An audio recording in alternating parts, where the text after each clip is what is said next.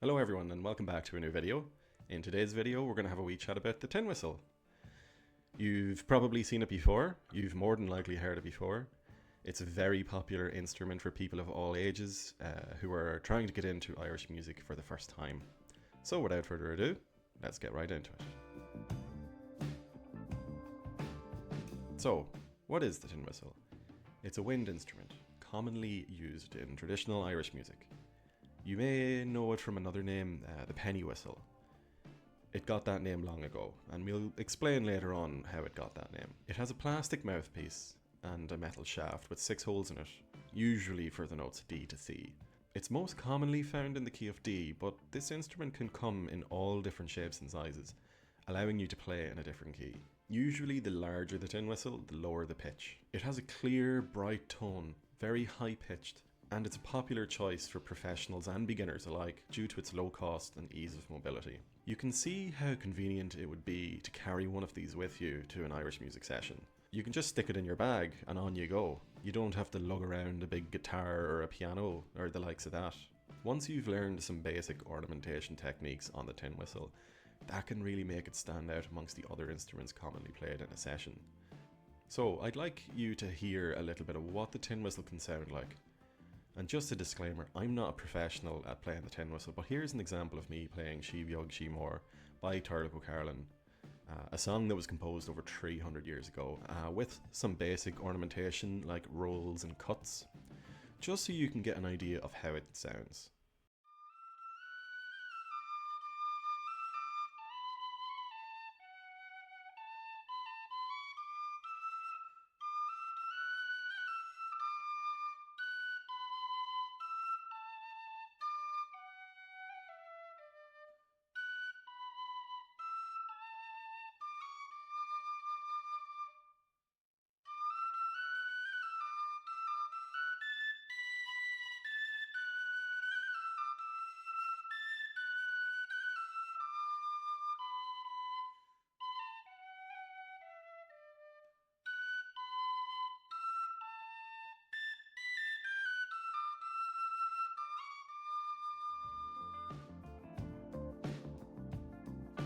The tin whistle itself can be traced back to the early 19th century. However, its ancestors, other 6-holed wind instruments, have been around for centuries prior. These ancestors would have been constructed from bone or wood, though in most recent years, with the availability of tin plate, metal whistles began to appear. So we mentioned earlier on that the tin whistle has another name, the penny whistle. Where did it get that name from? It possibly got its name from how cheap it was to produce back then. It evolved from the flageolet, which is a far more complex instrument with chromatic keys, found in the late 18th century. The tin whistle's cheap cost made it available to the masses, which I believe is the driving force behind the development of the tin whistle, and not only that, but the development of music worldwide. The first tin whistles emerged in Irish music around 1820 to 1840. Throughout these years, life was hard in Ireland. With the potato famine, or the Great Hunger as I prefer to call it, Ireland's population was cut in half. It wasn't really until 1901 that the population slowly began to recover. And just so you know, even to today, the population still hasn't recovered to its all-time high 200 years ago. The traditional music revival from the 1950s onwards significantly boosted the tin whistle's popularity. Earlier on we were saying that its cheap cost made it available to the masses. Most households had a tin whistle. It was the perfect instrument for anybody getting into traditional music. Though it is seen as a beginner's instrument, mastering it is a whole other story. Some virtuoso players that were active in the late 1900s, like Mary Bergin, Sean Potts and Donnacha O'Brien, elevated the tin whistle's status to that of a serious musical instrument. The instrument itself has evolved over time, normal enough for any instrument. The bodhrán, for example, is a more recent addition to Irish music and has changed substantially in the last few decades. I have a video on that too if you'd like to dive into that as well. A variety of designs emerged also, each with its own unique characteristics and timbre. We've got the Killarney whistle, the Clark whistle, and the most common found in all stores all over the country, and even on Amazon, the generation whistle. Traditionally, tin whistles were actually made from tin, hence the name. However, these days you will find them in all sorts of materials. Brass, nickel, aluminium, even plastic, and wood. And yeah, the material really does make a difference. Like brass gives you a warm, mellow tone.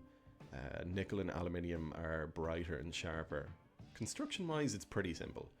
It's got a cylindrical tube, 6 finger holes, and a fipple mouthpiece, kinda like a recorder. The fipple is what makes it so easy to play. Just blow and you're off. No fancy technique needed. So simple, in fact, that back in college, for one of our assignments, we had to make our own instrument. So I got a carrot, a drill, and a tin whistle piece.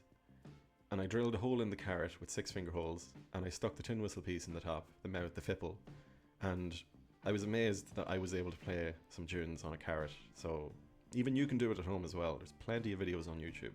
Back in the 19th century, Clark whistles were literally a rolled piece of tin with a wooden block in the fipple.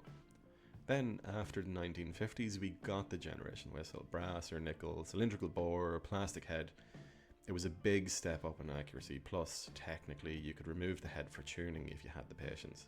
From the 1970s onwards, more brands jumped in, like Walton's, Feadóg and others, experimenting with lacquered aluminium, brass alloys and even high impact plastics.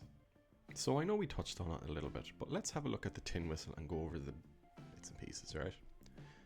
Up here we have the fipple, or the mouthpiece. This is where you blow into. Here you have the window, so the air comes into here, and it cuts here and it produces the sound that you get. And as the air travels through here, the body of the instrument, you've got these 6 holes. When all the holes are covered, you're playing the note D. When they're open, you're playing the note C. And you can see that's how simple it is. This tin whistle is in the key of D. If it was, you can find them in the key of C as well, but it's a little bit bigger. They're very easy to play and perfect for beginners. I was playing it when I was a child. My grandfather taught me. Even any kid can pick it up. I used to run around the house playing with a tin whistle, and my mother used to give out to me all the time for running with a tin whistle in your mouth. And funnily enough, I'm saying the same thing to my son today. So I highly recommend it for anybody getting into Irish music. Tin whistle is the perfect spot to start.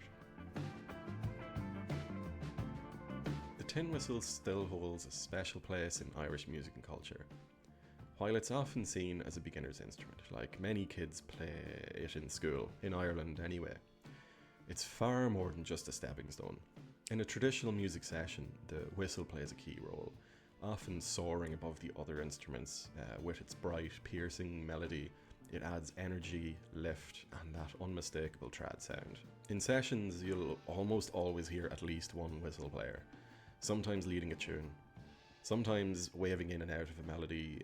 Unlike fiddles or flutes, which need warm-ups and tuning tweaks, a whistle is ready to go at the moment you pick it up. That makes it a go-to instrument for hopping into a tune at a moment's notice.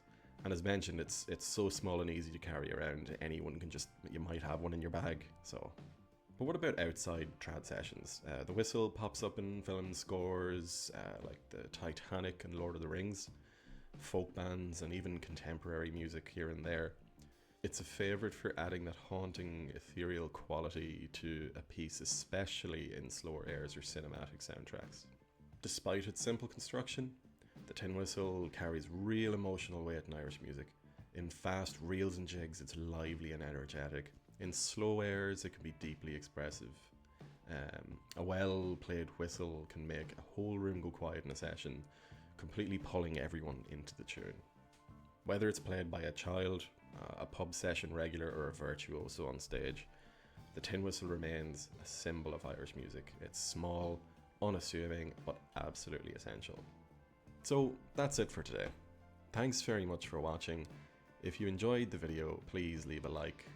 And if you want to see more videos like this about Irish music, hit subscribe.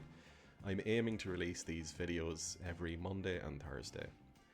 Thanks very much for everyone who subscribed over the last week. I can't believe I hit 25 subscribers, and it's really nice to see the comments from you all.